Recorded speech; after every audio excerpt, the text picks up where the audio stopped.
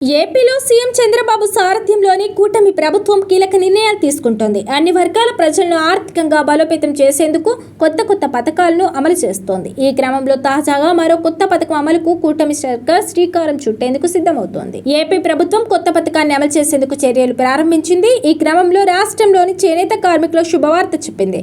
August 7న నేతన్నకు భరోసా పథకాన్ని అమలు చేయాలని నిర్ణయించింది. జాతీయ చేనేత దినోత్సవం సందర్భంగా ఈ పథకాన్ని అమలు చేయనుంది. నేతన్నకు భరోసా పథకం కింద చేనేత కార్మికులు ఒక్కొక్కరికి 25,000 సహాయం అందించనున్నారు. గత ప్రభుత్వ హయాంలో ఈ పథకం కింద చేనేతకు 24,000 ఇవ్వగా కూటమి ప్రభుత్వం అదనంగా మరో 1,000 కలిపి 25,000 అందజేయనుంది. ఇప్పటికే రాష్ట్ర బడ్జెట్లో ఈ పథకం అమలు కోసం 250 కోట్లను ప్రభుత్వం కేటాయించింది.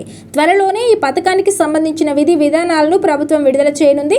ఈ పథకం కింద రాష్ట్ర వ్యాప్తంగా సుమారు 54,000 మంది అర్హులు ఉంటారని చేనేత జౌళి శాఖ అధికారులు అంచనా వేశారు. సొంత మొగ్గం ఉండే చేనేత కార్మికులకు ఈ పథకాన్ని వర్తింపజేయాలని ప్రభుత్వం నిర్ణయించింది. కుటుంబానికి ఒకరికి చొప్పున ఆర్థిక సాయం అందించనున్నట్లు తెలిపింది. వైసీపీ ప్రభుత్వ హయాంలో అనుబంధ రంగాలకు చెందిన వారికి ఆర్థిక సాయం అందలేదు. అయితే విజ్ఞప్తులు రావడంతో చేనేతకు అనుబంధంగా ఉండే రాట్నం వడకడం, రంగులు అద్దడం తదితర రంగాల వారికి కూడా పథకం వర్తింప చేసేందుకు అధికారులు ప్రతిపాదనలు రూపొందించినట్టు తెలిసింది.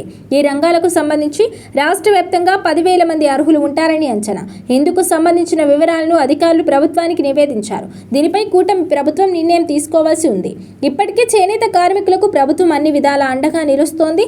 చేనేత మొగ్గాలకు నెలకు 200 యూనిట్లు, పవర్లూమ్లకు 500 యూనిట్ల వరకు ఉచిత విద్యుత్ను అందిస్తున్నారు. చేనేతలకు ఉచిత విద్యుత్ పథకానికి సంబంధించి ప్రభుత్వం ఏడాదికి 150 కోట్లు ఖర్చు చేస్తోంది.